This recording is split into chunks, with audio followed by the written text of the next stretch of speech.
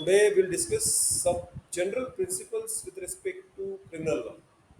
ठीक है, criminal liability क्या होती है, mens rea, actus reus, strict liability, vicarious liability and finally joint liability. ठीक है, तो इनको डिटेल में पढ़ते हैं एक एक करके.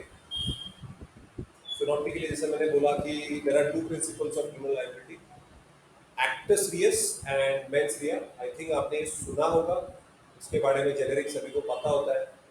इसके बाद स्ट्रिक्ट लाइबिलिटी, मतलब इवन दो डायरेक्टली आपका कुछ कनेक्शन नहीं होता but still you will be held liable. ठीक है, जैसे मेरी कार है, मेरे कार में कुछ क्राइम होता है, मेरे कार में बम मिलता है, ड्रग्स मिलते हैं, मैं ओनर हूँ कार का, तो I am liable. But there are certain exceptions to strict liability. उसके बाद वाइकेरियस लाइबिलिटी भी होती है, जहाँ पे जो ड्राइवर होता है आपका, जो गाड़ी चला रहा है, उसने अगर गाड़ी ठोक दी, फिर भी लाइबिलिटी जो होती है वो ओनर की होती है कार की, कि वो पैसे भरेगा, ड्राइवर नहीं भरेगा. तो vicarious liability. And finally joint liability, जहाँ पे नॉर्मली हम जब आईपीसी पढ़ते हैं तो वी थिंक अबाउट क्रिमिनल और an offender as single individual. But crimes के लिए देयर इज कि ग्रुप में भी क्राइम हो सकती है, जैसे डकैती है, अनलॉफुल असेंबली है, यूज ऑफ क्रिमिनल फोर्स है, क्रिमिनल इंटिमिडेशन है. ये 10 लोग, 15 लोग, 5 लोग के ऊपर, या 2 लोग, 3 लोग मिलकर भी क्राइम कमिट कर सकते हैं. अलग अलग मर्डर भी 2 लोग मिलकर कर सकते हैं. तो जॉइंट लायबिलिटी कब होती है, what are the different provisions under IPC, जहाँ पे 2 लोग या 2 से ज्यादा लोग होते हैं, तो उस पर कौन से प्रोविजंस अप्लाई होते हैं आईपीसी में, और उनकी पनिशमेंट कैसे डिसाइड होती है. क्योंकि जब मैं ग्रुप की बात करता हूँ, हर एक ग्रुप मेंबर का एक रोल होता है. कोई खून करेगा, कोई गन ला के देगा, कोई पॉइजन ला के देगा, कोई सर पे मारेगा, कोई ग्रीवियस हर्ट करेगा. पर एक्चुअली वो किसने उसको एक्चुअली मारा, किसने एक्चुअली उसका मर्डर कमिट किया, उसको ज़्यादा पनिशमेंट मिलेगी. तो कई बार जब ये आप डिसाइड नहीं कर पाते तो सभी को सेम पनिशमेंट मिल जाती है. जब जब आप डिसाइड कर पाते हो कि कौन सा मेंबर क्या एग्जैक्टली उसका क्या रोल था, वो कितना इन्वॉल्व था उस ऑफेंस में, उस हिसाब से उसको पनिशमेंट मिलती है. तो जॉइंट लायबिलिटी में हम वो डिटेल में पढ़ेंगे. तो चलिए सबसे पहले will discuss about principle of criminal liability. So सबसे ये बेसिक चीज ये है कि criminal guilt would attach to a man for violation of criminal law. However, the rule is not absolute. ठीक है, there are certain limitations. Actus non facit ream, nisi mens sit ream. It signifies that there can be no crime without a guilty mind. ठीक है, अगर आपका mind में कुछ blame वर्दी mindset नहीं है, गिल्टी माइंडसेट नहीं है, और आप इनोसेंटली, अगर आपसे कुछ घटना घट जाती है, तो that you can defend yourself. जो हम एक्सेप्शंस पढ़ेंगे उसमें बताएंगे कि आपका मेंस रिया नहीं था, आपका एक अच्छा इंटेंशन था, लेकिन कई बार अच्छी इंटेंशन के साथ भी बुरा आउटकम हो सकता है. In that situation you can have a defence कि ये मेरी सोच नहीं थी, ये मेरा इंटेंशन नहीं था.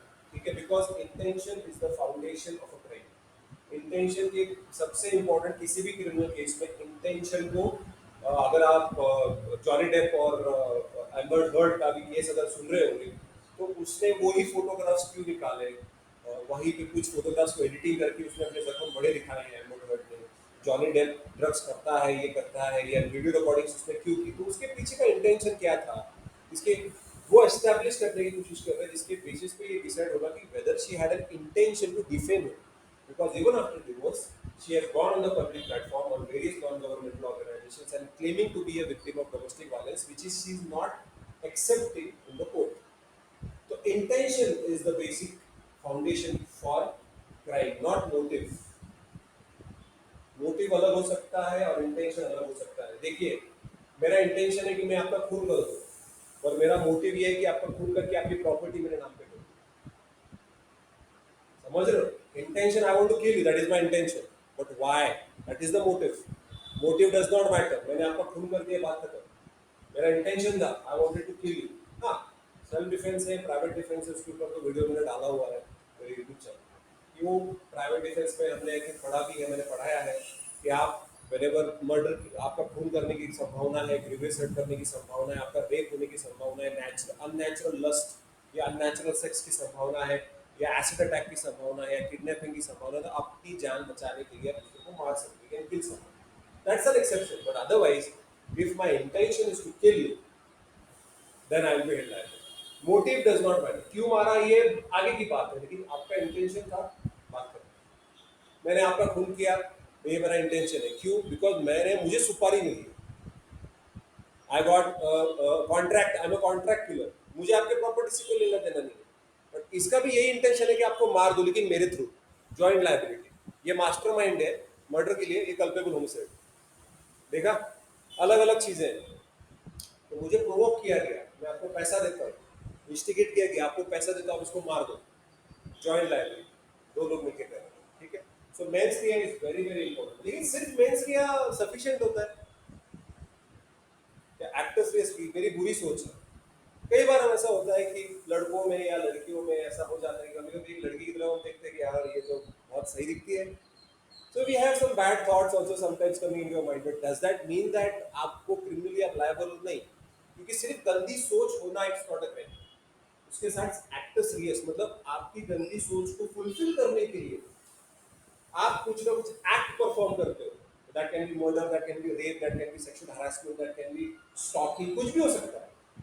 एक्ट जरूरी है। मेंस रिया सिर्फ मेरे पास mens rea, that is not sufficient, but there are conditions such as criminal conspiracy. Criminal conspiracy में आपने there is an agreement between two और more people to kill someone. तो ये सिर्फ एग्रीमेंट है दोनों लोगों के बीच, खून हुआ है क्या? नहीं हुआ, there is only planning.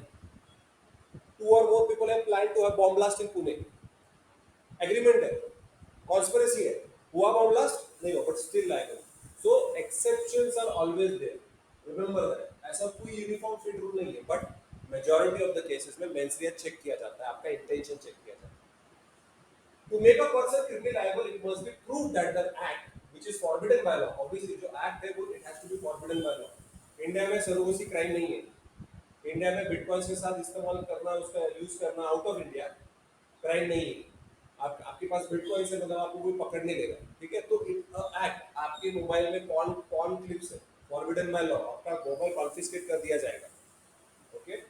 has been caused by his conduct accompanied by a legally blameworthy attitude of mind। तो आपके एक्ट के साथ आपका blameworthy mindset या guilty mindset जरूरी है, ओके।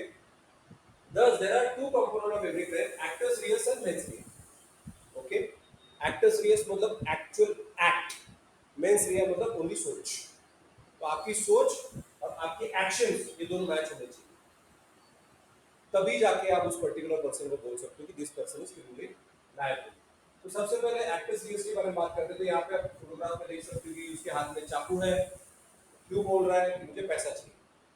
तो उसका इंटेंशन क्लियर है, उसको लूटना है, सिंपल सी बात है। और इसीलिए उसने छुरा हाथ में रखा है, उसको क्रिमिनल इंटिमिडेट कर रहा है, क्रिमिनल फोर्स का इस्तेमाल कर रहा है कि अगर तूने मुझे पैसा नहीं दिया, अगर तूने तेरे पास का वॉलेट या जो भी होगा सोना या तेरे पास जो वॉच होगा वो नहीं देगा तो मैं तुझे मार दूंगा। तो थ्रेट भी कर रहा है, ओके, अदरवाइज असॉल्ट हो जाएगा। So the word actus connotes a deed, a physical result of human conduct. The word reus means forbidden by law, or act which is forbidden by law. Actus reus, an act which is forbidden by law.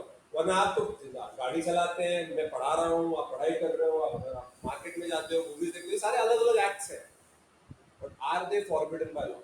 No, they are not forbidden by law. Even prostitution by a girl to sell her body to earn money is not forbidden by law. But to run a brothel is a crime. एक brothel चलाना एक crime है, लेकिन अगर कोई लड़की prostitution करती है पैसे के लिए, that is not a crime in India, ठीक है। So the word actus reus may be defined as such result of human conduct as the law seeks to prevent। ऐसा कंडक्ट जो लॉ रोकने की कोशिश कर रहा है। हम लॉ क्यों बनाते हैं? What is the purpose of law? To regulate social behaviour, to regulate human behaviour. इंसानों के बिहेवियर को कंट्रोल करने के लिए हमने कायदा बनाया। क्यों बनाया? क्योंकि एक जमाने में the main force to regulate human behaviour was religion. लेकिन जैसे मॉडर्नाइजेशन आता गया, जैसे इंडस्ट्रियल रिवोल्यूशन हुआ, अर्बनाइजेशन हुआ, सेकुलरिज्म आया, लोगों के में एक एनलाइटमेंट आया, religion was no more the what we say the means to control and regulate social behaviour. बहुत आज देखिए लोग सब, आज चतुर्थी है फिर भी मैं अंडा खा के वो क्या होता है, श्रावण, श्रावण में लोग नॉनवेज नहीं खाते, मैं खाता हूँ, है ना। गणपति जहाँ जब 9 दिन गणपति 10 दिन गणपति बैठते हैं पुणे में, तो नॉनवेज नहीं खाना चाहिए, तो वो पालना पड़ता है, वरना बिल्ली मार देगी। सो रिलीजन ऐसा नहीं कि रिलीजियस कि हाँ मैं हिंदू हूँ तो ऐसे कपड़े पहनने, में मुसलमान हूँ तो मैंने ऐसे कपड़े पहने, वो सब खत्म हो चुका है। इसीलिए ऐसा एक इंस्ट्रूमेंट की जरूरत थी जो लोगों को रेगुलेट करे, उनका जो ऐसे एक्ट्स जो गलत है, सोशली रॉन्ग एक्ट्स, इसलिए लॉ बनाया गया। So always remember, actus reus is those acts which the law is trying to prevent to happen in society। Practice yes is made up of three constituent parts. तीन parts होते हैं. Human action, that is conduct, the result of such action which is an injury, and the act should be prohibited by law. देखिए आपने कुछ act किया लेकिन उससे injury cause नहीं हुई तो हाँ, so there are certain cases जहाँ पे आपने कुछ किया हुआ है और उससे इंजरी नहीं हुई बट आपने अटेम्प्ट किया. So even criminal attempt is a crime. तो हमने अमेंडमेंट, अटेम्प्ट, ओके, और क्रिमिनल कॉन्स्पिरेसी ये हमने पढ़ा था. तो criminal attempt is also a you will be criminal. Attempt to murder, attempt to culpable homicide, attempt to suicide. अभी suicide के ऊपर तो काफी चेंजेस आ गए हैं कि अभी कोई इंसान सुसाइड के अटेम्प्ट करता है तो उसको क्रिमिनल लायबिलिटी मत रखो. उसको you have to treat him initially कि उसको कोई फिजिकल या कोई मेंटल प्रेशर या स्ट्रेस जिसकी वजह से वो कर रहा है तो उसको अरेस्ट मत करो. तो conduct injury and the most important part that act has to be a illegal act. It has to be forbidden by law. ठीक है. तो ये तीन कंपोनेंट्स हैं act of serious. Conduct, injury and that conduct should be prohibited by law. ठीक है. समझ में आ रहा है अब तक सब? तो ये कंडक्ट क्या होता है? What do you mean? हां जी. का ही रिजल्ट इंजरी होना चाहिए. अभी तो बात है कि इंजरी होना जरूरी नहीं है. नहीं नहीं, देखो ये थ्योरेटिकली अगर देखा जाए एक्टस रियस का एक्चुअल मीनिंग है, लेकिन आईपीसी में जैसे जैसे आईपीसी इवॉल्व हुआ, देखो आईपीसी में क्रिमिनल कॉन्स्पिरेसी नहीं थी कि सिर्फ मैंने क्या कहा स्टार्टिंग में, मेंस रिया सफिशिएंट नहीं है, सिर्फ एक गंदी सोच होना सफिशिएंट नहीं है, उसके साथ एक्ट जरूरी है. लेकिन 1913 में अमेंडमेंट किया गया और 120 ए और 120 पी को ऐड किया गया क्रिमिनल कॉन्स्पिरेसी के लिए. क्यों? क्योंकि 1913 में ब्रिटिश राज था. ब्रिटिश राज में ऐसे बहुत सारे फ्रीडम फाइटर्स थे जो रिवोल्यूशनरीज थे, लाइक भगत सिंह, चंद्रशेखर आजाद, सुखदेव. ये लोग कॉन्स्पिरेसी करते थे कि इस ऑफिसर को मारना है या इस ट्रेन को लूटना है या इस लेजिस्लेटिव असेंबली में बॉम्ब ब्लास्ट कराना है. It's a conspiracy. लेकिन आईपीसी में ये लॉ नहीं था तो उन्होंने अमेंडमेंट कर दिया. तो जैसे जैसे हम इवॉल्व होता गया आईपीसी तो ये समझ में आया कि भाई अटेम्प्ट टू मर्डर जरूरी है. This person should be punishable और काफी मजबूत पनिशमेंट है. अगर उस पर्टिकुलर 10 साल के लिए अंदर जा सकता है अटेम्प्ट के लिए, और उस प्रोसेस में अगर उसको वो हार्म कर देता है तो लाइफ इम्प्रिजनमेंट है अटेम्प्ट टू मर्डर के लिए. अब वो मर गया तो obviously it will B section 302, तो मर्डर ही होगा, फांसी तक जा सकता है वो. मतलब rarest of rare case. Life imprisonment तो अटेम्प्ट के लिए भी है. इफ ही गेट्स हर्ट, आपने गोली मारी, हाथ में लग गई, अटेम्प्ट है, ग्रीवियस हर्ट है, लाइफ इम्प्रिजनमेंट हो सकती है. सो जैसे जैसे एपीसी इवॉल्व हुआ, इवॉल्व तो सारे वर्ड्स के. अब जैसे मैं और एक एग्जांपल देना चाहूंगा, जब इंफॉर्मेशन टेक्नोलॉजी एक्ट आया था तो कंप्यूटर का डेफिनेशन क्या था? कंप्यूटर की यहाँ पे सीपीयू है, यहाँ पे मॉनिटर है, यहाँ पे कीबोर्ड है, माउस है, प्रिंटर है, राउटर है, वाईफाई है, ये था कंप्यूटर. अभी आपका मोबाइल पे computer. any device through internet which can establish communications is a computer. तो अगर आप 2008 का अगर या 2008 5 का अगर वो लॉ ले तो अभी बहुत ही बहुत हो गया डेफिनेशन. इसीलिए जब ये स्टार्ट हुआ बेसिक था लेकिन इवोल्यूशन होता गया है. ठीक है. कंडक्ट को देखते हैं यहाँ पे. टाउन इंजीरी का तो आप देख ही सकते हैं, उनका चलता ही रहता है. देयर ऑलवेज ऐसे बहुत सारे आगे फोटोग्राफ्स इस्तेमाल करूंगा मैं अलग अलग क्राइम्स को दिखाने के लिए, कैसे जेरी उसको मार रहा है या टॉम उसको मार रहा है. So conduct, which is an act, is defined as an event subject to the control of the will. Always remember, आपका conduct will depend in your will.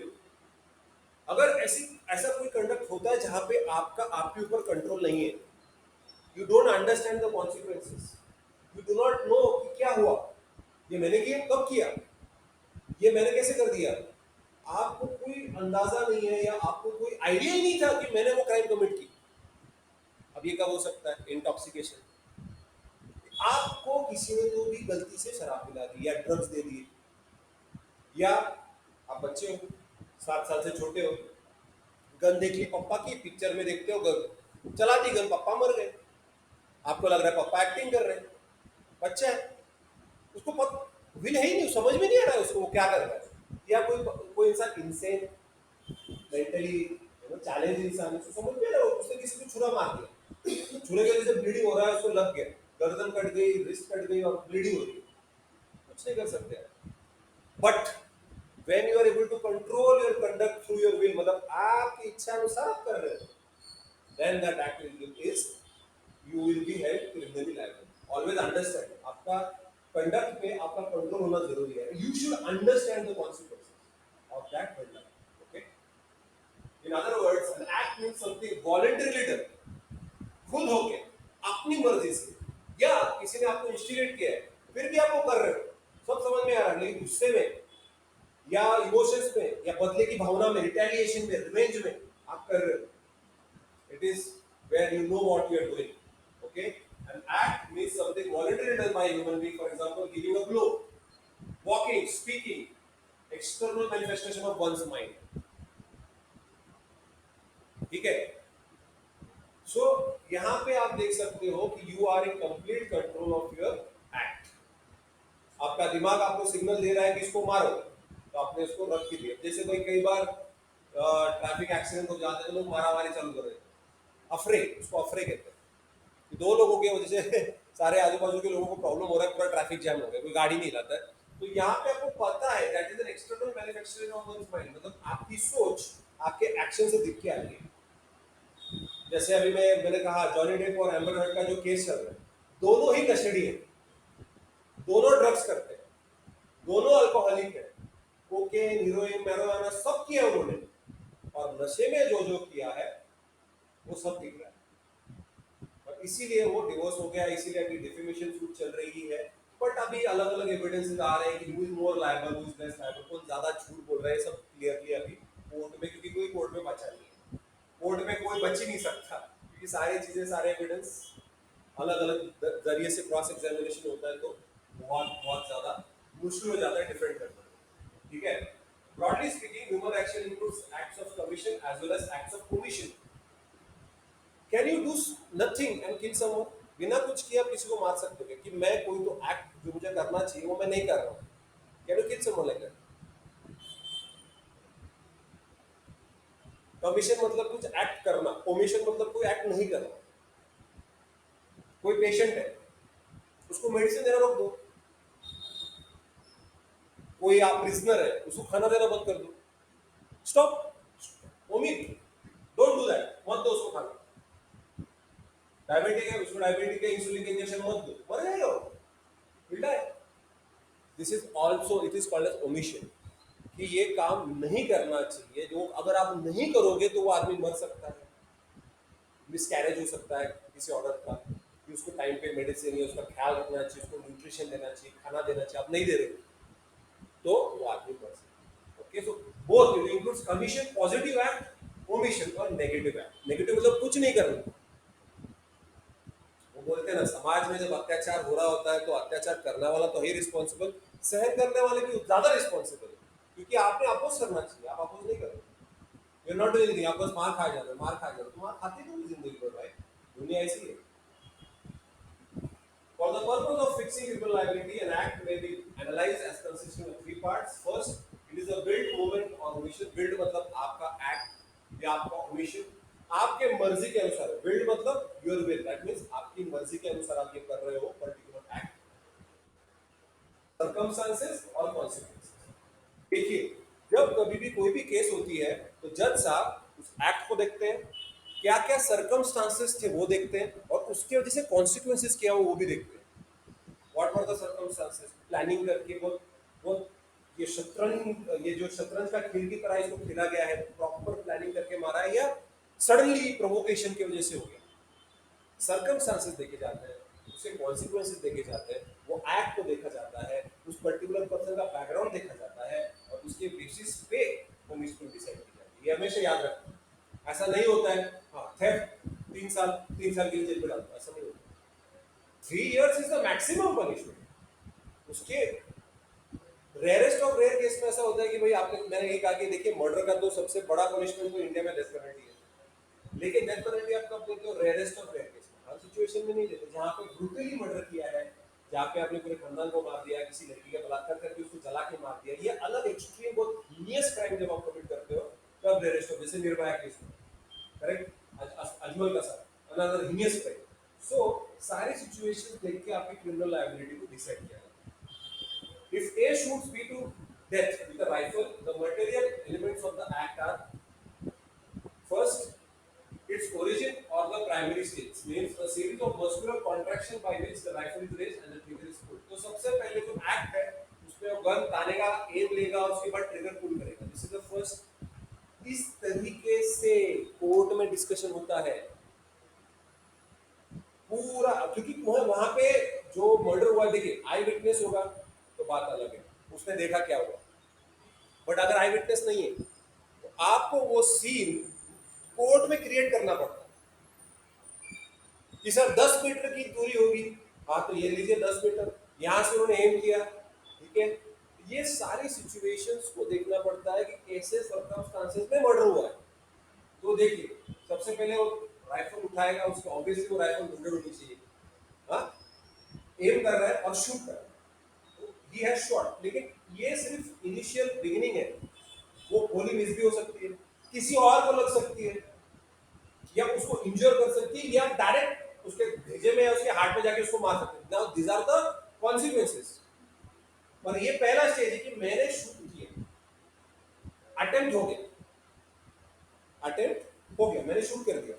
Secondly the circumstances that the rifle is loaded, मैंने ये कहा rifle loaded थी and in a working condition, working order में मतलब वो rifle चल रही थी, okay, and that the person killed is with in range, कि वो रेंज में, कोई एक गन का एक रेंज होता है, छर्रे का गन आपने अगर सुना होगा 10 मीटर 15 मीटर तक यूं छर्रा जाता है, गन देखोगे तो किसी का 50 मीटर है, किसी का 100 मीटर है, किसी का 200 मीटर है, अलग अलग मिसाइल्स की भी रेंज होती है कि वहां तक ये गन का पूरी गन जा सकती है, otherwise it will go into the ground.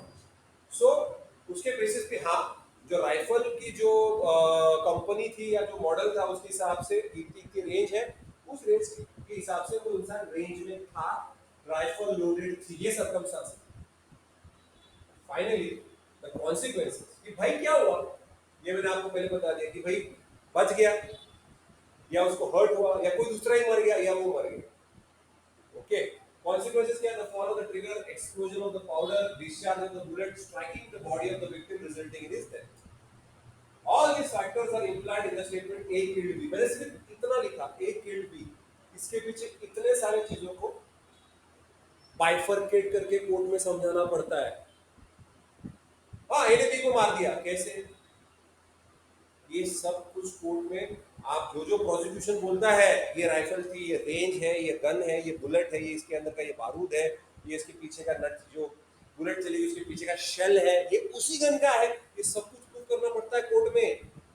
हाँ सर, ए ने बी को मार दिया, हाँ सर वहां खड़ा था उसने गोली मार दी, कौन सी गन थी, वो जब्त की गई क्या, कि उसने छुपाने की कोशिश की, उसका बुलेट के पीछे का शेल मिला है सर, ये उसी गन का है, ये देखिए सर ये इलीगल गन है, ऐसा ये सब कोर्ट में चर्चा करके पूरा, क्योंकि there has to be no doubt beyond reasonable doubt, अगर थोड़ा भी डाउट है तो वो कन्विक्ट नहीं होगा, ये not be convicted for murder. इतना सा बोला मैंने, एक फील्ड बिल की देखो उसको कितने अलग अलग, मतलब कितना बाइफरकेशन करके कोर्ट में समझाना पड़ता है, इसलिए बड़े बड़े फाइल्स तैयार हो जाते हैं, ठीक है।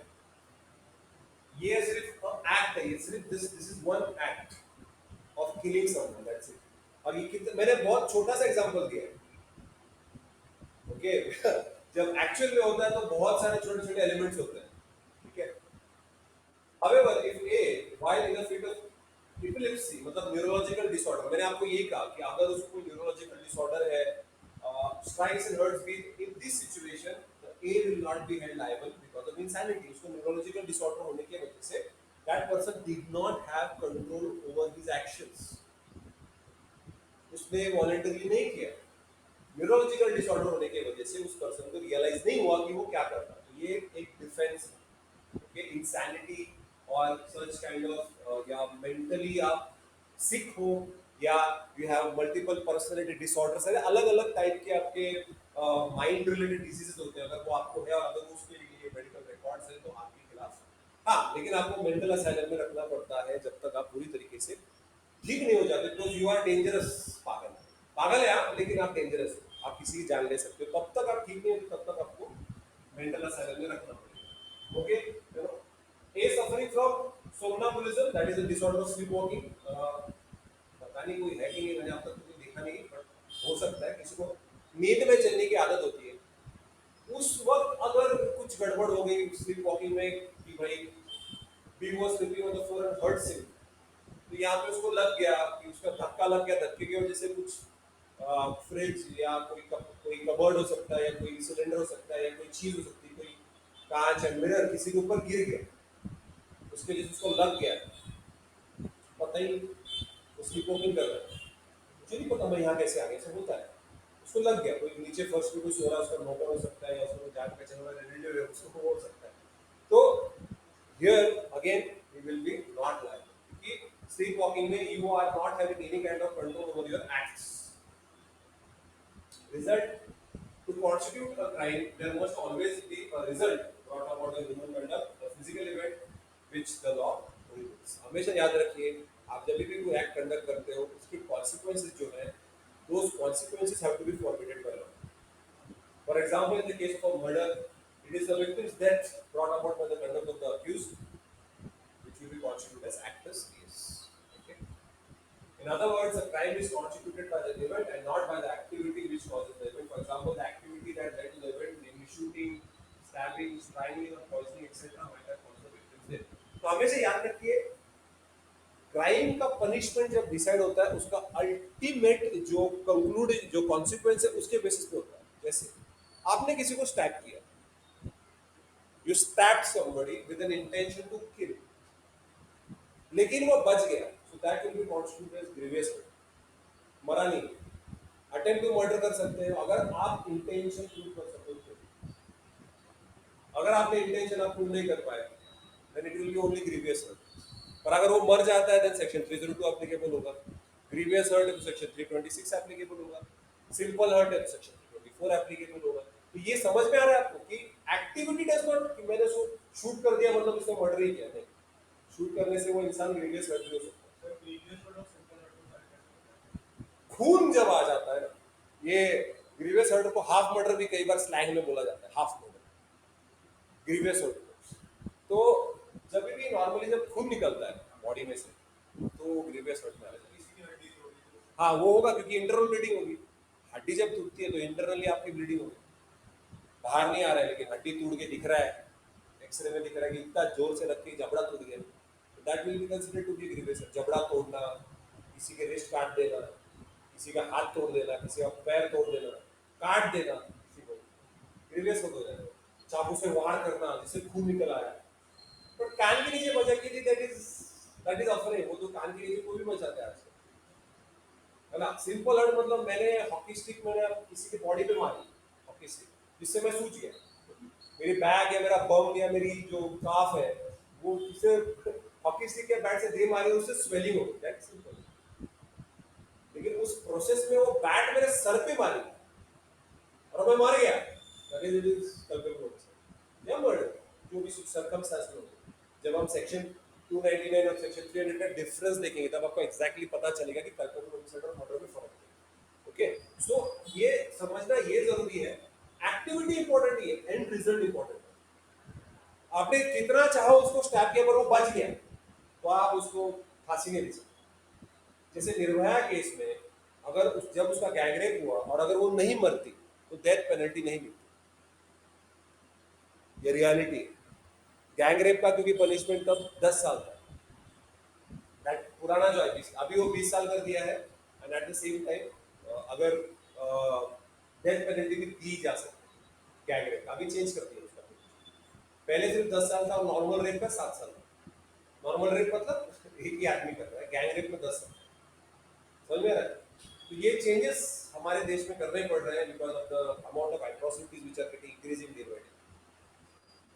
If the desired result is not achieved, the person is not responsible for the intended act, criminal act। यही काम है, मेरा इंटेंशन था मर्डर करने का लेकिन हम बच गए, will I be held responsible for murder? No, मुझे मर्डर के लिए पनिशमेंट, हाँ अटेम्प्ट टू मर्डर पर उसके प्रोविजन अलग है, मर्डर का प्रोविजन अलग है, उसकी पनिशमेंट ज्यादा है। ठीक है, so final and result will decide your punishment and not the activity।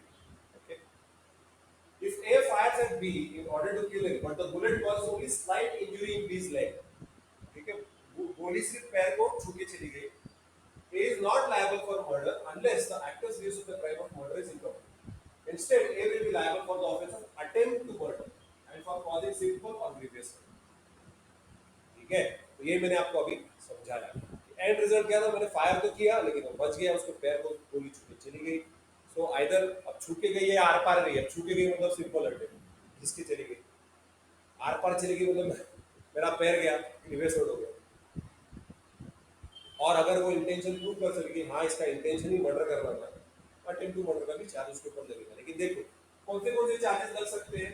पहला चार्ज अटेम्प्ट टू मर्डर, दूसरा सिंपल हर्ट और grievous hurt depending upon the amount of injury. दो सेक्शंस लगे। अभी कोर्ट में हर चार्ज को आपको प्रूव करना पड़ेगा। ग्रीवियस हर्ट तो दिख ही जाएगा क्योंकि क्लियर कट मेडिकल रिपोर्ट में आ जाएगा कि यही गन थी, यही बुलेट थी, इसी की वजह से पैर में इंजरी हुई है, सबने देखा और उसको ग्रीवियस हर्ट के लिए ये चार्ज प्रूफ हो जाएगा। डिफिकल्ट पार्ट क्या है, ये क्या उसका इंटेंशन उसका मर्डर करना था। जी हाँ, ये प्रूव करना सिंपल है क्योंकि उसके हाथ में गन थी। गन से तो कोई किसी को ग्रीवियस हर्ट करता नहीं है। गन से आदमी तो किसी को मारने की ही चाहत से कोई किसी के ऊपर फायर करता है। लेकिन वही छुरा है या कोई मॉब में लोग हॉकी स्टिक से मार रहे हैं, तलवार घुमा रहे हैं, क्रिकेट बैट से मार रहे हैं, तब मुश्किल हो जाता है कि whether it is culpable homicide, whether it is murder, attempt to murder, grievous hurt. तो बहुत सारे फॉरेंसिक एनालिसिस करने पड़ते हैं, सर्कमस्टांसेस को स्टडी करना पड़ता है, उसके बाद फाइनल जजमेंट किया जाता है। और हर चार्ज जो आपके ऊपर लगेगा उसको कोर्ट में प्रूव करना पड़ता है। बस चार्ज लगा दिया मतलब प्रोसिक्यूशन को has to prove that charge. Okay, acts prohibited by law, an act howsoever reprehensive it may be, it is not a crime unless prohibited by law। ठीक है, जब कितना भी कायदा से कैसा भी हो, जैसे अभी इंडिया में ये सुनने में आ रहा है कि सरोगेट मदर को सरोगेट करके चले जाते हैं, 4-5 औरतों को लग देते हैं, 20-20 हजार रुपए से देते रहते हैं, उनका महीना खर्चा उठाते हैं। जो बच्चा सबसे क्यूट है, जो बच्चा सबसे सुंदर है, जो बच्चा लड़का है या लड़की है, depending upon what kind of orientation they हैं, वो बच्चे को लेके उस औरत को पैसे दे देते हैं, पर बाकी की जो 3-4 औरतों को छोड़ के चलते हैं। ये क्राइम हो गया। और वो क्राइम है क्या इंडिया में? नहीं, क्योंकि लॉ ही नहीं है। अगर आप बिटकॉइन से मनी लॉन्ड्रिंग कर रहे हो, बिटकॉइंस मतलब वर्चुअल करेंसी, बिटकॉइंस को कैसे एनालाइज करते हैं हमें नहीं पता, तो आपको क्या लगता है नहीं कर रहे हैं? कर रहे हैं, फाइनेंशियल फ्रॉड कर रहे हैं। ओके, अभी गैम्बलिंग इज अ क्राइम, ये सभी को पता है, इंडिया में गैम्बलिंग अलाउड नहीं है। ड्रीम इलेवन क्या है? ड्रीम इलेवन आजकल क्या, जिप्पी.com, ये सारे बड़े बड़े सेलिब्रिटीज ऐड कर रहे हैं और वो बोलते भी है कि ये एडिक्टिव है, आप थोड़ा संभाल के खेलिए, पैसा संभाल के लगाइए। वो एक होता है ना नोटिस, वो सुप्रीम कोर्ट ने आदेश दिया कि ऐसा आपने एक लोगों को क्लियरली बताना चाहिए कि दिस इज डेंजरस, इसमें आपका पैसा लॉस हो सकता है। अभी बताने लगे, स्टार्टिंग में तो नहीं बता रहे थे।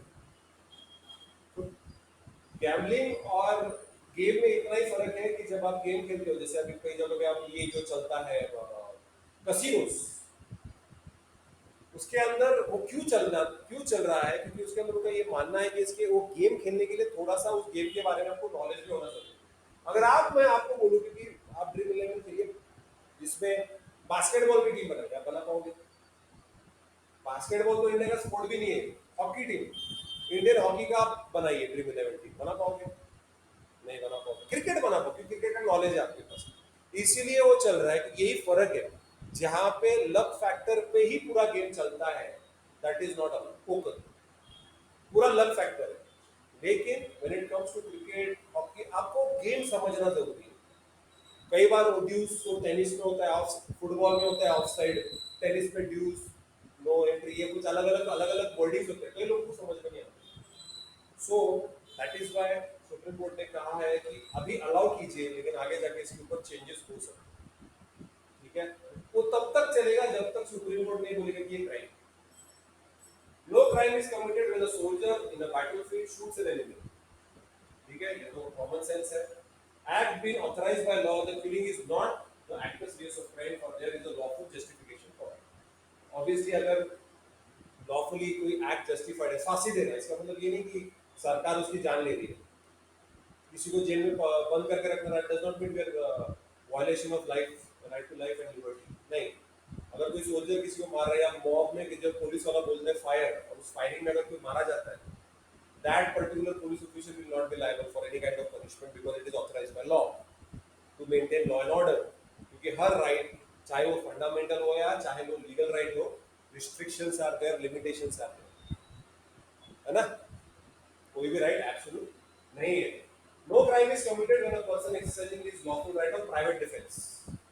जब कोई भी अपने आप जान बचाने के लिए, अपनी प्रॉपर्टी को बचाने के लिए, आपके किसी किसी भी थर्ड इंसान को भी बचाने के लिए, अगर आप रोकने उस क्राइम को रोकने की कोशिश करते हो, जैसे कोई कोई आ रहा चलता आदमी, उसको बहुत लोग मार रहे हैं और आप बीच में आके उसको जब उसकी जान बचाने की कोशिश कर रहे हो, उस प्रोसेस में आपने किसी को मार दिया, प्राइवेट डिफेंस, आपको कोई हाथ नहीं लगाएगा। ठीक है?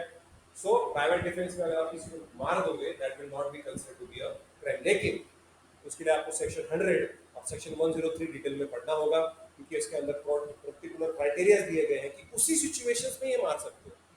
अगर आपने दो चार रख दिए, वो आदमी भाग गए, रुक जाओ ना, उनके पीछे सनी देओल की तरह तलवार लेके लग गए, तो वो तो भाई तो अलग हो गया, एक्सट्रीम हो गया ना। प्राइवेट डिफेंस वही तक अलाउड है जितना बोल सकते हैं कि जितना फोर्स अलाउड करना है जिससे रुक गया। अदरवाइज अगर वो आप तलवार लेके पीछे लग गए तो भाई आप तो खून ही करने निकले उसको। ये भी क्योंकि उसकी भी certain criteria. If an onlooker who happens to be a good swimmer does not rescue a child, suppose कोई child है जो पानी में स्विमिंग कर रहा है या किसी समुद्र में, ओशन में, समुद्र तैर नहीं पा रहा, डूब रहा है, और वो कोई अच्छा स्विमर है, उसने उस बच्चे की जान नहीं बचाई, will that person be liable under crime? Some crime penalty? No. Okay, although morally speaking उसने करना चाहिए था, मॉरली उसको उस बच्चे की जान बचानी चाहिए थी, लेकिन उसने नहीं बचा, उसको लगा कि नहीं कपड़े गीले हो जाएंगे, उसके बाद क्या? Weird people are there. So उसकी कोई लीगल ड्यूटी नहीं होती, लेकिन उसी जगह पे अगर वहां पे कोई लाइफ गार्ड होता जिसकी लीगल ड्यूटी है, बेवॉच देखा होगा, हाँ, तो उस सिचुएशन में वो जो लाइफ गार्ड है उसकी रिस्पांसिबिलिटी है कि he has to jump and he has to save the life of the people. उसने वो नहीं किया, then he will be liable for that. Okay, an act of omission, जैसे मैंने आपको एग्जांपल दिया था कि कोई जेलर है जिसने उसके जुरिस्डिक्शन में, उसके प्रिजन में इनमेट्स है, लेकिन किसी पर्टिकुलर इनमेट के खिलाफ मेरा पर्सनल ग्रज है, उसके लिए मैं उसको खाना नहीं दे रहा, उसको मेडिकल ट्रीटमेंट नहीं दे रहा, उसको हॉस्पिटल लेके नहीं जा रहा, जिसकी वजह से अगर वो मर गया, then the jailer will be held responsible for the murder of that particular person। कि आपने खाना नहीं दिया, मेडिकल ट्रीटमेंट नहीं दी, हॉस्पिटल लेके नहीं गए, उसके ऊपर से उसको टॉर्चर किया, मारा पीटा, उसको सॉलिटरी कंफाइनमेंट में रखा था कि किसी को पता ना चले, ऐसा हुआ है। इसलिए ये सारे आईपीसी में सेक्शंस है, और ब्रिटिशर्स ने भी यही किया। ब्रिटिशर्स ने भगत सिंह, सुखदेव, जतीन दास को जबरदस्ती खिलाने की कोशिश की, क्योंकि उन्होंने बोला कि हम इंसान है, इंसानों वाला खाना दीजिए। क्योंकि उसी जगह पे जो यूरोपियन इनमेट्स थे, यूरोपियन जो लोग जिनको जो जेल में थे, उनको अच्छा खाना मिलता था, लेकिन इंडियंस को खाना अच्छा नहीं मिलता। ठीक है, तो अगर जेलर की यहाँ पे लीगल रिस्पॉन्सिबिलिटी है, ऑब्लिगेशन है, ड्यूटी है कि वो अपने सारे इनमेट्स को खाना दे, उनका ख्याल रखे, अगर वो बीमार है तो उनको हॉस्पिटल लेके जाए। अगर वो अपनी ड्यूटी ठीक से नहीं करता है, then the jailer will be held responsible for that particular negligence or that particular crime। ठीक है, नाउ मेंस एरिया, ये दिमाग की बात है। ठीक है, यहाँ पे अगर आप देखो, mens rea is a blameworthy mental condition, ऐसी सोच जो इलीगल है। ठीक है, ऐसी सोच जो फॉरबिडन बाय लॉ है, ऐसा नहीं सोचना चाहिए। whether constituted by intention or knowledge, the absence of which of any particular occasion negates the contention of a crime। तो हमेशा याद रखिएगा, theoretically मेंस रिया इंपॉर्टेंट है। प्रैक्टिकली कई बार ऐसे भी कोई क्राइम्स है जहां पे मेंस रिया नहीं देखा जाता, मेंस रिया नहीं देखा जाता, इंटेंशन नहीं देखा जाता। किसी इंसान ने किसी का मर्डर कर दिया, दिख रहा है, सब कुछ क्लियर है, अभी अजमल कसाब का मेंस रिया क्यों, कौन चेक करेगा? कौन चेक करेगा? सब क्लियर है, सीसीटीवी फुटेज में दिख रहा है, 72 लोगों को मारने का प्रूव कर दिया हमने कोर्ट। कितना? 72 people were proven in court कि he has killed so many along with his partner, CCTV footage ये तो प्रूव कर दिया हमने। अब इसका क्या इंटेंशन, ऑब्वियसली सभी को पता है, इसमें प्रूव क्या करना है, ये तो टेररिस्ट पागल आदमी है, इसका ब्रेन वॉश करेंगे तो ऐसे सिचुएशन में फंस। पर फिर भी हम भाई बताओ आपका क्या है, वो he did not plead guilty Ajmal Kasab. उसने ये भी क्लेम किया था कि मैं 18 साल का नहीं हूँ, मैं छोटा हूँ, ये भी उसने क्लेम किया था। जस्ट इमेजिन दिस सिचुएशन, अगर ये सारे जो थे, ये 10 टेररिस्ट, ये 16-17 साल के होते थे, कभी इमेजिन किया क्या होता? चाइल्ड सोल्जर्स का कंसेप्ट सुना है? अफ्रीका में है, अफ्रीका में ज्यादा है। छोटे छोटे बच्चों को उठा के लेके जाते हैं ये ट्राइबल चीफ्स, और उनके हाथ में AK-47 AK-56 थमा देते हैं, बचपन से उनको हाथ में गन दे देते हैं शूट करने के लिए। कभी इमेजिन किया 16-17 साल के बच्चे क्या होता है, क्या कर पाते हैं लीगली स्पीकिंग, क्या करते हो पता लगे, लेकिन सोचो। Okay, there must be a mind at fault to constitute a crime. Causing injury to an assailant in self defense is not a crime. Okay, self defense में अगर आप किसी को इंजरी कर देते हो, किसी को मार देते हो, that is not a crime. But the moment injury is caused with the intent to take revenge, the act becomes criminal. अगर आप revenge ले रहे हो, retaliate कर रहे हो, voluntarily किसी पे अटैक कर रहे हो जिसकी वजह से वो आदमी मर गया, इंजर्ड हो गया, then you will be held liable for that particular offense. Likewise, shooting in the air is no crime. आपने सुना होगा शादियों में या किसी इवेंट में लोग फायरिंग करते हैं, but shooting with the intent to kill a man is a crime हवे में। पर लेकिन अभी इसके ऊपर में नियम बन चुके हैं कि आप फायरिंग मत कीजिए, तो वो rules and regulations are made by the executive magistrate, वहां का जो भी कलेक्टर होगा वो रूल बनाएगा, ठीक है। Two tests were evolved by the courts to determine mens rea, whether the act in question was a voluntary act of the accused, and second, whether the accused had the foresight of the consequences of his conduct. सबसे पहले क्या जो उसने act किया है वो voluntarily किया है, और सेकंड, अगर वॉलंटरीली किया है तो क्या उसको उस एक्ट के कॉन्सिक्वेंसेस पता थे कि जब अगर मैंने, क्योंकि कई बार अगर आपने किसी के ऊपर गन तान दी लेकिन आपने ट्रिगर नहीं दबाया, you did not shoot, but आपने सिर्फ गन तान दी किसी के ऊपर लेकिन आपने बाद में नहीं चलाई gun, is that an offence?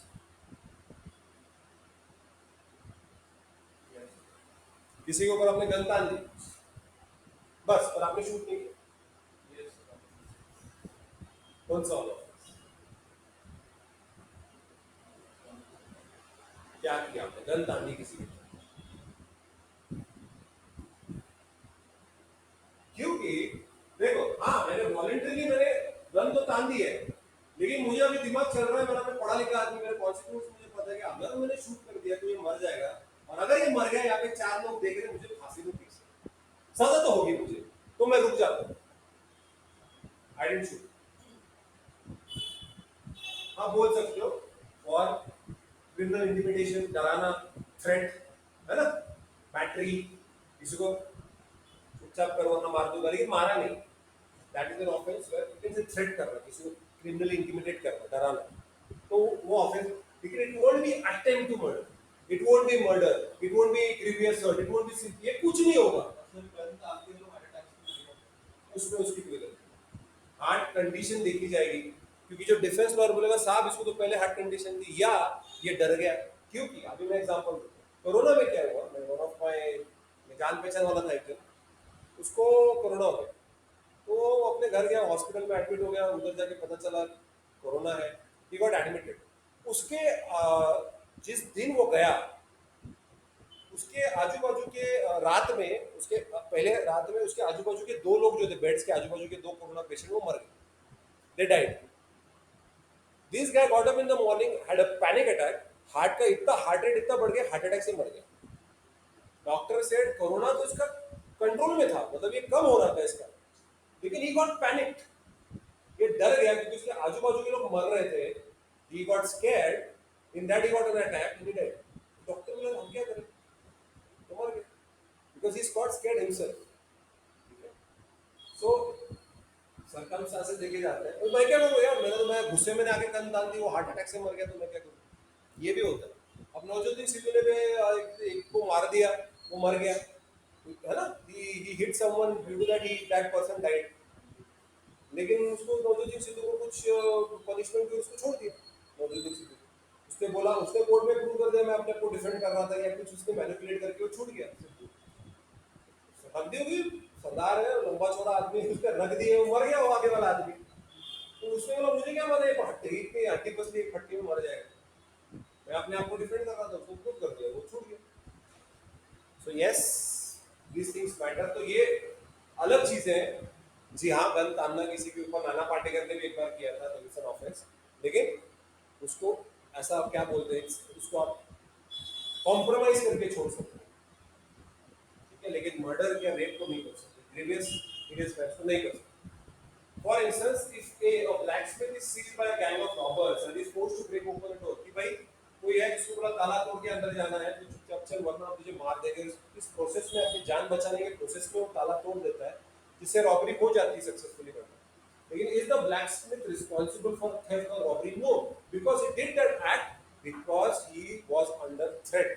उसको डर था कि अगर मैंने नहीं खोला ताला तो मेरी जान जा सकती है। So he won't be held liable. ठीक है? So he is not liable for committing robbery. Police वाले उसको पकड़ ले तो पुलिस उल्टा पुलिस वाले उसको यूज करेंगे कि भाई यही रॉबर्स थे क्या? Were these the same people? Okay. Now, A while shooting at a tiger hurts B.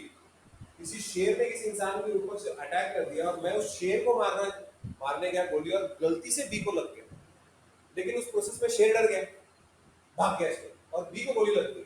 अभी देखिए भाई मेरा इंटेंशन क्या था, I wanted to save B from tiger. Tiger को लग गई, टाइगर बच गया, टाइगर भाग गया, लेकिन बी को लग गया, गलती से हुआ है। This is by accident, this is by mistake. सिर्फ मुझे बी को नहीं मारना था, मुझे टाइगर को मारना था। So in this process again, this is an accident because I had been purely an act of accident. He could not be foreseeable कि उसको पता ही नहीं था मैंने गोली तो मार दी है टाइगर के ऊपर, लेकिन गलती से बी को लगी। I am not lying.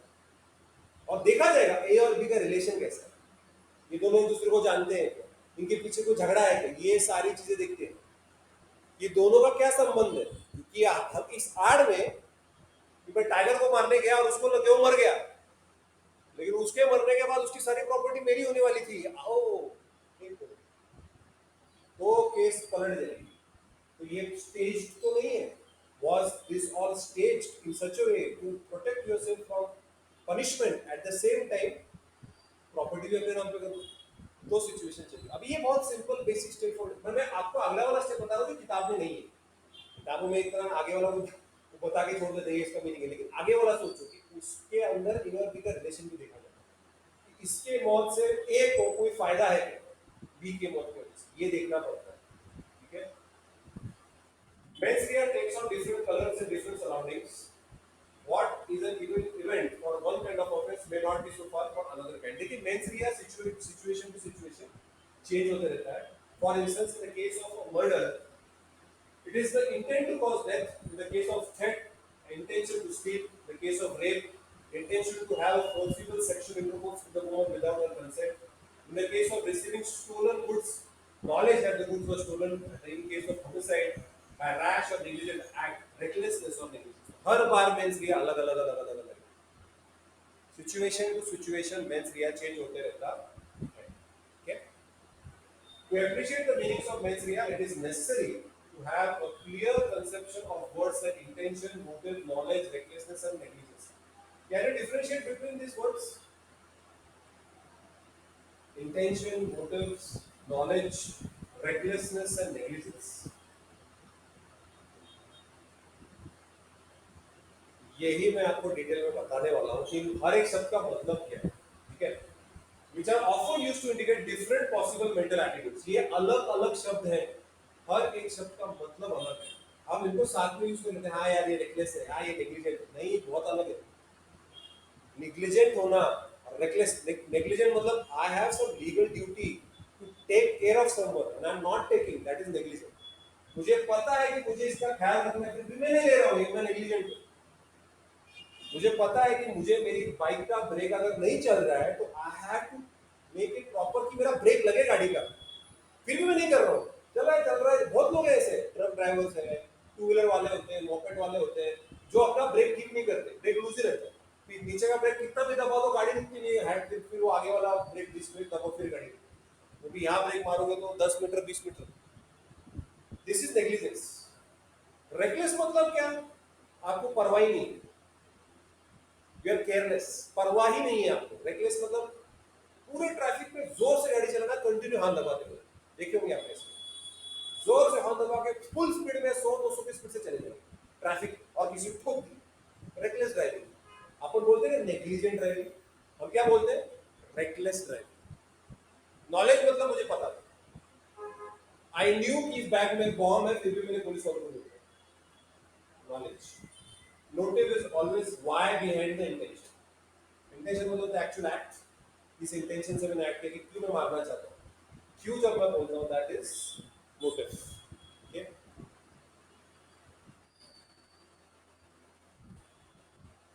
अब ये अगले मतलब अगले वाले सेशन में आपको इंटेंशन, मोटिव, नॉलेज, रेगुलरनेस और नेग्लिजेंस का एग्जैक्ट पूरा डिटेल में मतलब मैं समझाऊंगा। हर एक वर्ड का मतलब अलग अलग होता है, ठीक है। So will stop here.